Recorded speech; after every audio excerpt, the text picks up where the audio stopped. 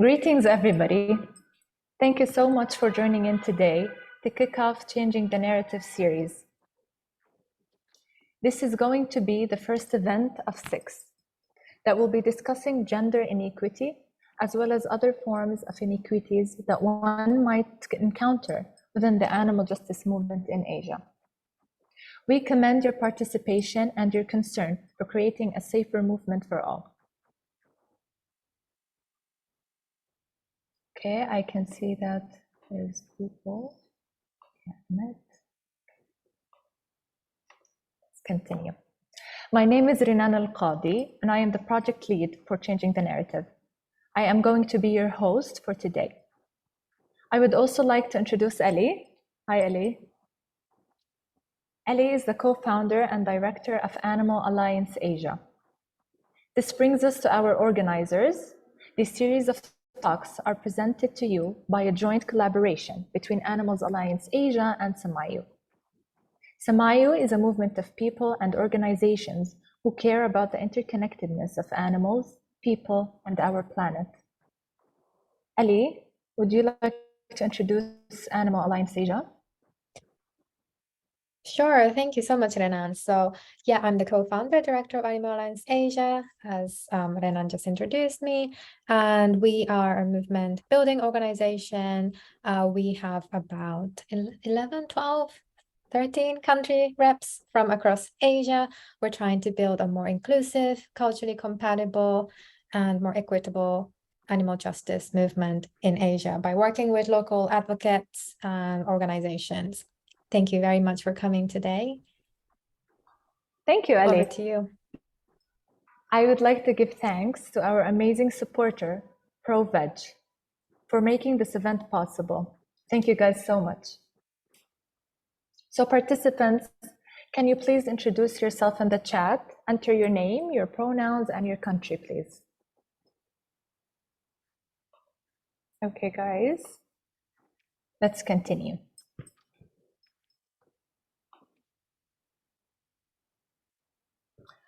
All right, without further ado, I am honored to present our amazing speaker, Kavita Krishnan, who is a pioneer in her activism for gender equity. She is the secretary of the AIPWA and a prominent member of the Politburo of the CPI-ML Liberation. If you have any questions during Kavita's talk, please keep them coming through the chat and we can go through them together with Kavita at the end of the breakout session. You may begin, Kavita, please. Thank you. Thank you so much to all of you, especially to Varda and Renan, who have been so closely in touch, and to Ellie for inviting me to give this talk. I'm just going to be sharing a few thoughts with you, mainly coming from my experience here in India. But I think that you will find a lot to relate to in other Asian countries as well. I think that one of the major challenges in India to being able to raise animal justice concerns and be heard in a manner so that what you are saying is actually heard by someone else, and what you are saying doesn't get misinterpreted and lost in translation when heard by your audience. One of the big challenges there, the challenges are both social and political. One is that in India, you have a very regressive hierarchical caste system, which exists across religious communities.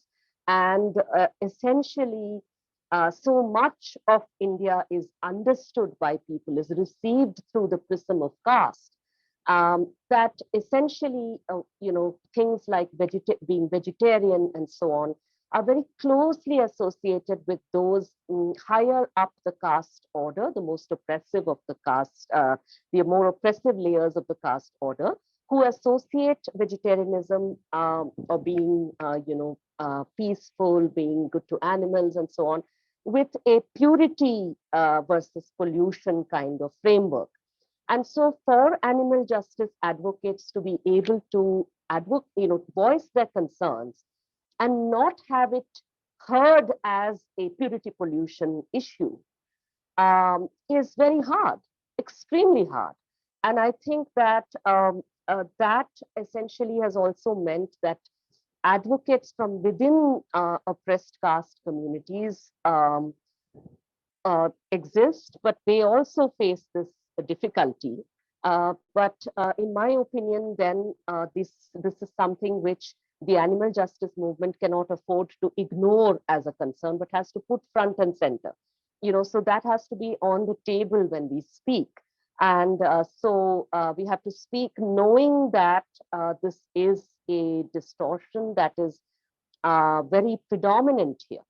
The other issue is more recent. The other issue is in the past 8 years or so in India, and a little before that, you have this resurgent Hindu supremacist politics in India, which essentially has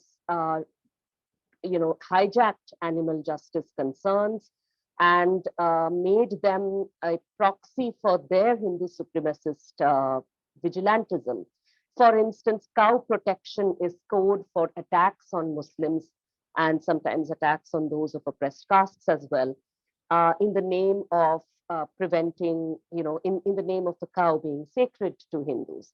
So again, once again, what happens is that spaces which are, for instance, social spaces, say in a colony where I live or something nearby in an area, a locality where it's an animal rights group, almost invariably you will have prominent members of that group who are, cow protectors or who are offering and who have money and resources to say, I can run a shelter, I can do this, I can do that. And so they have a disproportionate say and space over there. And they are very often able to, blur the lines of distinction. So all these things mean that animal justice and issues of human justice tend to then operate in separate silos when they are not being merged, when they are not being, when animal justice is not being conflated with outrightly reactionary aims and goals, right? And I think that in other countries as well, and in general, there is, we have to be aware of what our speech can sound like. Because yes, even outside India, we know that the idea of somebody who, the idea of indigenous communities being stereotyped as being violent, stereotyped as being, barbaric and so on exists. And in India as well, you have indigenous Adivasi communities. I see this in social media all the time, where when there is a concern about wildlife being, poachers and wild animals being caught and sold and so on, then there is this disproportionate and very misplaced profiling of the Adivasi communities as being too barbaric to respect sentient life and so on and so forth. So these ideas about civilization and barbarism, all these also, of course, terribly racially loaded, right? So I would just say that I think that enough of, we don't have enough of these conversations, which is why I welcome this particular forum where it's a chance for us to talk about this in a structured way. But I think that a lot more needs to be done on part of animal rights advocates, animal justice advocates to make these connections with a variety of movements, to have an intersectional representation in the movement prominently, and therefore to be a very, and also to be part and, very, very vocally part of fighting the fascist or casteist, Hindu supremacist or casteist or racist hijacking of our concerns, right? So I think that a lot more of that. And I think that one thing very centrally different to animal justice organizing and other, human justice organizing is that in other forms of justice movements, we are usually starting by organizing the affected human members, right? The human sections of society who are directly affected by this. They begin the organizing, they are taking the initiative, and they are speaking for themselves. And others, join as allies and so on. But in animal justice, what we are essentially organizing human beings. We are as organizing human beings to look at their relationship with animals and their relationship with sentient beings in general and nature more generally in a different way.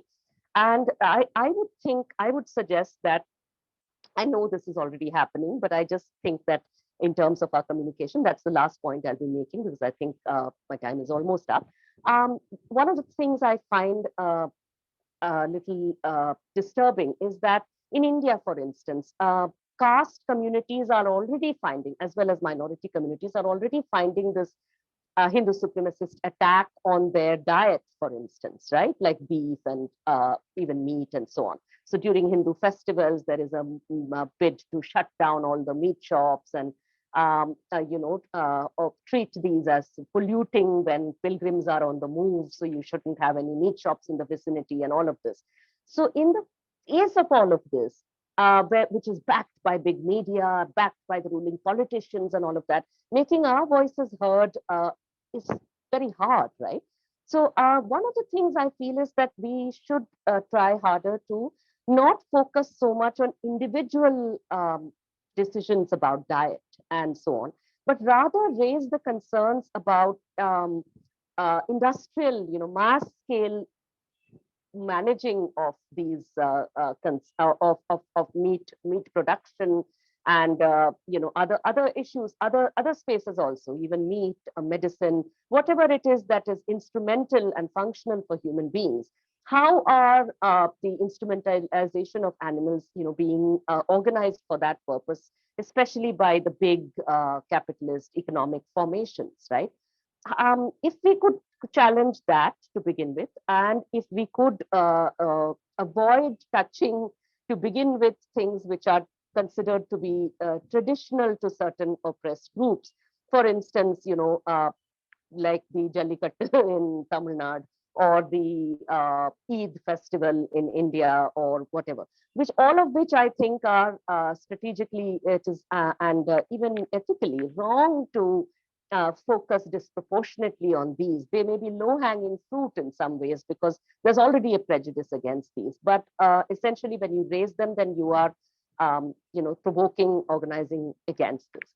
So I'll end there. I don't think I've said anything that is really new to all of you, but I hope that in the conversations we have, I see that there's 2 minutes left. I hope that in the conversations that we have in your breakout sessions and after that, when we get back together, we can actually share our actual experiences. I'm extremely keen to hear from organizers in Myanmar, organizers in Palestine, and organizers in other parts of Asia about how these,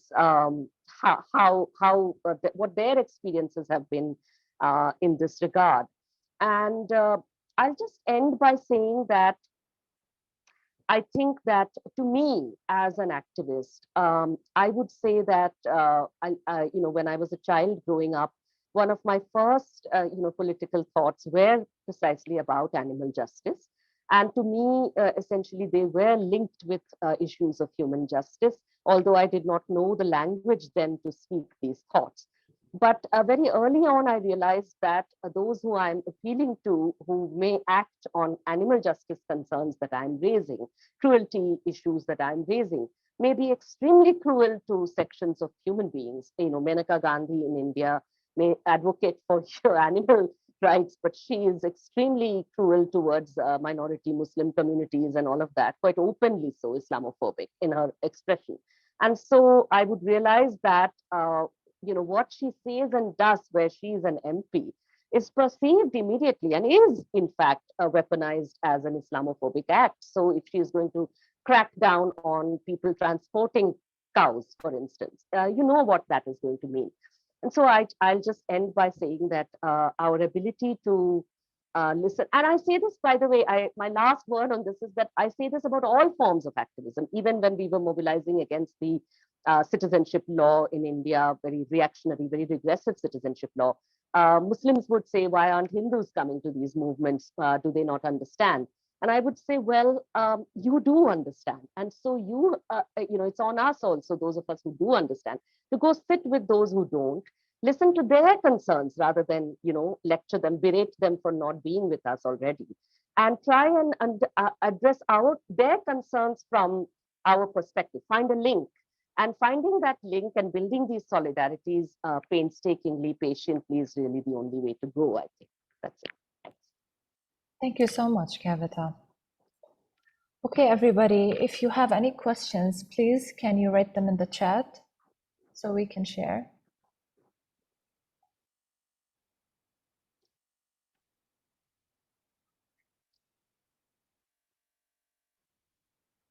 Okay, we have one from Bayan. So Kavita, Yeah, do you I think? saw Bayan's question. Yes, I'm just reading that question. Do you think public demonstrations are Lapeta style are fruitful in non-European countries, and their policy priorities are anthropocentric and animals become a secondary issue, and so it's hard to convince? Well, I find PETA's politics to have been especially damaging in India. Not just because of the kind of demonstrations, but again, as I said, their tone deafness. For instance, it was they, I think, who approached the Supreme Court in India to get the Jallikattu ban. And the Supreme Court obliged and said, oh, it's like bullfighting. It's a form of bullfighting. So the Supreme Court obligingly banned it. But you see, they were completely, impervious to the fact that Jallikattu was specific to a state of Tamil Nadu, and that the whole of Tamil Nadu instead, made Jallikattu their banner and, mobilized around it. And there was this huge, you had massive movements on the streets. So my feeling was that they're, because they're a kind of organization that is not focused on building movements. If you're focused on building movements, you know that, the 10 of you sitting in your headquarters somewhere should not be, speaking on behalf of everyone and rushing off to court. You have to work so that you get support for the issues you're raising, and then you raise it with that support, So I do think that, and again, targeting Eid and so on when Eid is coming, that stuff is pretty messy because you are singling out certain practices. You're not looking at, all the practices in which we are all implicated. And, so when you make certain communities that are already marginalized more defensive, then you're not making it easy to really have these convince people. Yeah. Thank you so much, Kavita. Any more questions, everyone? Hi, this is Varda. I've got a question. Can I speak it out instead of typing it? Yeah. Okay. So Kavita, I totally agree with what you're saying about not focusing on the individual diet change. And also I think when we talk about inevitably conversation around diets comes up, especially in India, and then minorities and tribals and smaller pockets of this issue get invoked when we really need to be focusing on the larger capitalist commodification of animals. So completely with you on that. I think the challenge that all of us face as intersectional activists is that how do we really open those dialogues then with other movements and with people whose maybe priorities for justice are different when there is so much bias against the animal movement, and also because like you're saying with PETA and Jallikattu and the whole the way it panned out in India, the animal movement, we knew that the problem was that the movement, there was no movement that was being built up, but then how do we, have those conversations with people outside the animal movement when there is that bias that, the animal movement is only concerned, is coming from a space of compassion and not ideology? And how do we highlight that, yes, there is, a movement is a broad term. It's a big umbrella. It includes people who may support things like, targeting meat shops and, so on and so forth around Eid. But, we are not aligning with that, so how do we open dialogues when everybody ends up getting painted in the same way, right? Like the image of the animal movement is such. So how can we start building this dialogue then? Well, I can just throw out a couple of suggestions there, which I think some of it does happen, but I feel not enough. One is that I think this targeting of meat shops, targeting of cows, targeting of Muslim communities and oppressed caste communities over the cow and all. I think the animal justice movements need to be much louder against that. So I think, and it's not just a question of virtue signaling. It is really important, I think, that we also earn our place as anti-fascist activists and recognizing that this is, it's like feminist activism. We've had to do the same thing.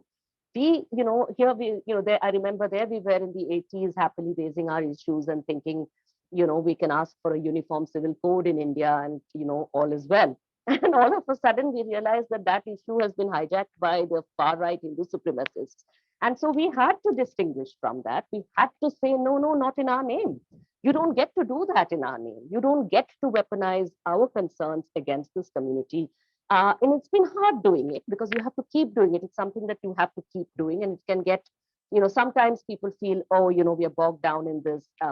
And also, I feel like, in the feminist movement, for instance, we have to point out that these guys who are hijacking these concerns are not part of our movement. They are anti-feminists. They are not part of the movement. Similarly, I think that those who are targeting meat shops and so on are not part of the animal justice movement. They don't care for human justice. They don't care for animal justice either. They are perfectly happy with having these, cow protection centers where cows will die in hordes of starvation and lack of water and whatnot. They're not bothered. They're not bothered about that. They bother only to raise those issues when it is useful to target Muslims. And if there are innocents who are going with them without realizing it, then we have to open their eyes. And for that, I think we have to speak much louder. The second thing I think we can do is, let me give you an instance. I know of sanitation workers movements in several cities. Many of them, these are Dalit women from the most oppressed castes. And I remember when the lockdown happened, they were the ones who went to court. India, the lockdown was announced very suddenly, and it was tremendous crisis all of a sudden for various sections of people. And it was the sanitation workers in Karnataka who went to court almost the next day to say there are dogs on the routes we clean, who are fed by us and who are dependent on the food we give them. And all of a sudden, we are not allowed outside our homes. They will die, and they were the ones who won the right to care for the street, the community dogs, feed them and so on during the lockdown. So I feel like that would be, for instance, a place to start where you can, have a conversation there about concerns. They have very sharp diet concerns. They're very offended when food is arranged for them at the workplace, but the food is arranged by a caste Hindu organization that does not, allow for non-vegetarian or even egg, and not even onions and garlic. So they say, what is this? This is not the food we eat. Why are you doing this? So the point is, but these are things that one could talk to them about. What they could be part of advocacy and activism on a variety of issues on which there would be agreement. Areas where there is disagreement, people could talk, but I would say there's a productive space for conversations there. Likewise for Adivasi movements, I find Adivasi movements where, Adivasi communities who have been displaced in the name of conservation, wildlife conservation. They are actually the conservators. They are the ones who know best how to conserve wildlife. They are taken out of the way. And then when I went to Panna recently, I saw this, that people displaced in the name of the Panna Wildlife Sanctuary, Adivasi communities. Well, now Panna is all set to be drowned out by a river linking project, by a huge river linking project. And these guys have already lost their homes. But if you speak to them, they tell you, it's that the hunting they did, they've been shamed into giving up hunting. So, their younger generations do not taste the food that they once did, and their skills are now, no good, and they have no education, no other way to go. So I felt as though, look at it, their hunting for survival, harmed no one, and certainly didn't harm wildlife on the scale that an entire river linking project about to submerge the entire forest is about to do, right? But this would be something, again, to get their voices out there so that we can see this and share this concern and articulate it. So I mean, I think these conversations certainly could be set up. We could work hard on having them first informally perhaps, and then later more formally. Yeah, I just have one follow-up comment more than question, really, Kavita. Really appreciated what you're saying and resonate with a lot of it. I think I think what you said earlier about the need to be open about condemning some of the actions that are taken, weaponizing animals. I think is something that's going to require a lot of courage. I think for any sort of organization or any system existing within the animal justice movement, at least in India, and I suspect also across Asia. And I think while that is certainly something that is, that is something that we have to do. But I think also parallelly, I'm noting that we need to also then start setting up systems to support individuals and organizations that do take that step, so that they're not just simply ostracized from the more quote unquote mainstream movement and find themselves near and they will be targeted by the governments. They will have funding cut off. They will have targeting. I mean, that is happening to all of us who are advocating, against Hindu supremacy in India. So I just think that, but I do think that then what will happen is that there will be other support that you'll get. You may be isolated within the animal justice movement, but then you'll be able to say also that, hello, if you aren't standing for human justice, you are not standing for animal justice either. Absolutely. And all the other movements can come out and support, and we could help mobilize that support for groups that do take this stand. I would like to thank you all for being here with us today. This brings us to the end of today's session, which is the first out of 6. So thank you so much for joining in. We would love to see you in the upcoming events where we will discuss furthermore the forms of inequity with yet another amazing speaker. Thank you so much, Kavita. Thank you to each and every one of you. I hope you are leaving us today with a tangible learnings that you will be able to incorporate in your activism. So until next time, bye-bye. Thank you all. Thank you all. Thank you so much, Kavita. Thank you. Thanks a lot, Kavita. That was incredible. Thank you so much. Thank you.